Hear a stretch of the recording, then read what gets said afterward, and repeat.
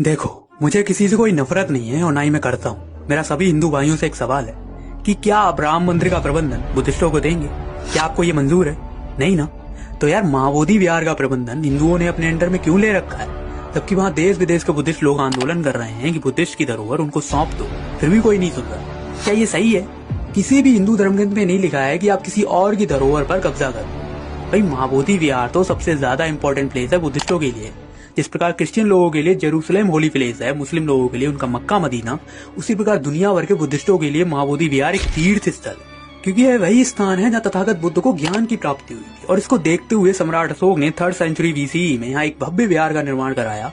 उसके बाद सभी मौर्य सम्राटों ने इसकी देखरेख की। फिर गुप्ता काल में इसे और बेहतर किया गया। फिर राजा कनिष्क ने इसको और विस्तृत किया। इसके बाद जितने भी राजवंश हुए उन सभी ने इस विहार की देखरेख की। फिर इसके बाद करीब 11वीं शताब्दी में तुर्कियों ने हमारे देश भारत पर आक्रमण किया, यहाँ के मंदिरों को, यहाँ के विहारों को क्षतिग्रस्त किया, उन्हें लूटा। महाबोधि विहार भी इसकी चपेट में आया।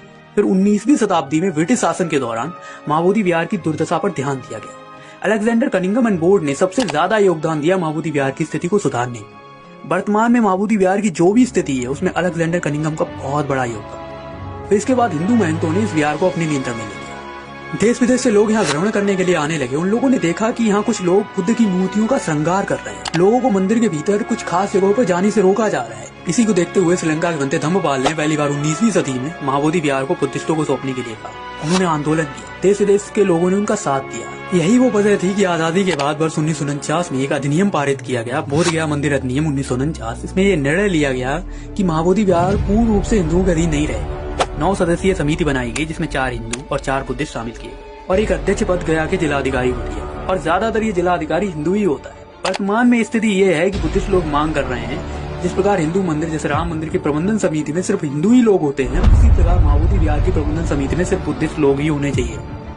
और इसके लिए लोग शांतिपूर्वक आंदोलन कर रहे हैं और सरकार से गुहार लगा रहे हैं कि विवाद को जल्द से जल्द खत्म किया जाए। यार आपके पास तो तिरुपति बालाजी भी है, राम मंदिर भी है, बद्रीनाथ भी है, जगन्नाथ भी है, द्वारिका भी है, काशी विश्वनाथ भी है।